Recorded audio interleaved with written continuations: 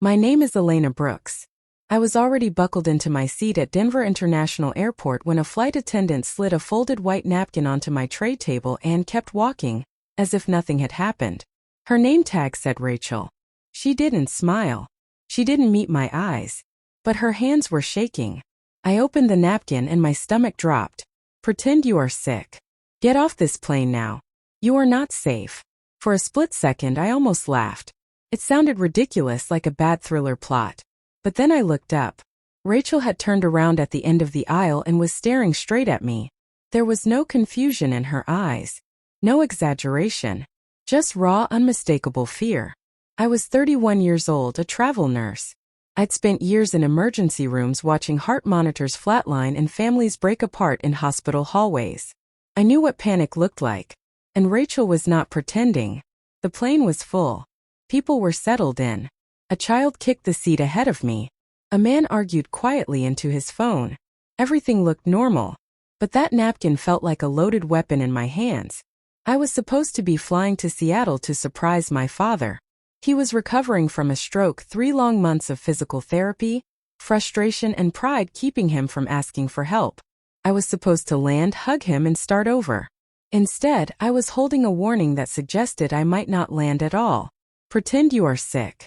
Get off this plane. I wasn't someone who panicked easily. In medicine, you learn something fast. When someone who understands danger tells you to move, you don't debate. You act. And suddenly the cabin felt wrong. Not loud. Not chaotic. Just off. Across the aisle sat a man in a dark jacket. He held his phone but never looked at it. His eyes kept flicking toward the cockpit, then back down the aisle, like he was counting something only he could see. 2 rows ahead, a teenage boy clutched a black backpack to his chest, whispering under his breath like a prayer. Near the front, a woman in a gray suit tapped her foot hard enough to shake the row. She pretended to read, but her eyes never stayed on the page. Any one of those things meant nothing on its own. Together, they felt like standing in an emergency room seconds before the alarms go off.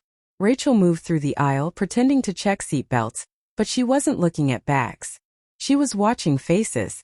When she reached my row again, she leaned close enough that only I could hear her. "If you want to live," she whispered, "you need to listen to me." My chest tightened. "Why me?" I asked. She hesitated just a moment. "Because you're sitting in the wrong seat." That sentence hit harder than fear. This wasn't random. This wasn't bad luck. This was placement. Before she walked away, she added one more thing so quietly it barely reached me. "Someone is waiting for whoever is in that seat." My seat 14C. A middle seat. Ordinary. Invisible. Now it felt marked. Rachel returned once more, handing out water. "You changed flights this morning, didn't you?" she murmured. I nodded. My original flight was delayed. I thought I'd been lucky. "It wasn't luck," she said. "The person meant to sit here is very important. And someone wants them gone." "How?" I whispered. "They'll act once we're in the air." As long as I stayed seated, the plan stayed intact. I wasn't the target. I was the signal. Rachel brushed past my arm. That was it. I unbuckled my seatbelt. The click sounded deafening. I stood and eyes snapped toward me. Rachel was instantly at my side. "Ma'am, are you feeling unwell?" she asked loudly. I nodded. She guided me forward, her grip steady. "Don't look back," she whispered. "They're watching." We reached the galley. She sat me down, positioned herself between me and the aisle, and called the cockpit. "Medical escalation. Request immediate return to gate." The engines changed pitch. The cabin stirred. Then everything broke. The teenage boy stood up, voice cracking. "I need to get off this plane." The man in the dark jacket reached for his bag. 2 men in first class stood at the same time. Air marshals. Everyone remained seated. Chaos erupted, shouting, crying, panic. One marshal opened the overhead bin above seat 14C. Inside wasn't a bag. It was a device. Wires. Metal. A blinking red light. "It's live," the marshal said. "I'd been sitting under it minutes earlier." The truth came fast after that. The real target was a federal whistleblower traveling under protection. I'd taken his seat by accident. Rachel's napkin saved my life. We were evacuated. The runway was lined with emergency vehicles. My phone flooded with missed calls. When I heard my father's voice, I broke. I didn't feel brave. I felt lucky.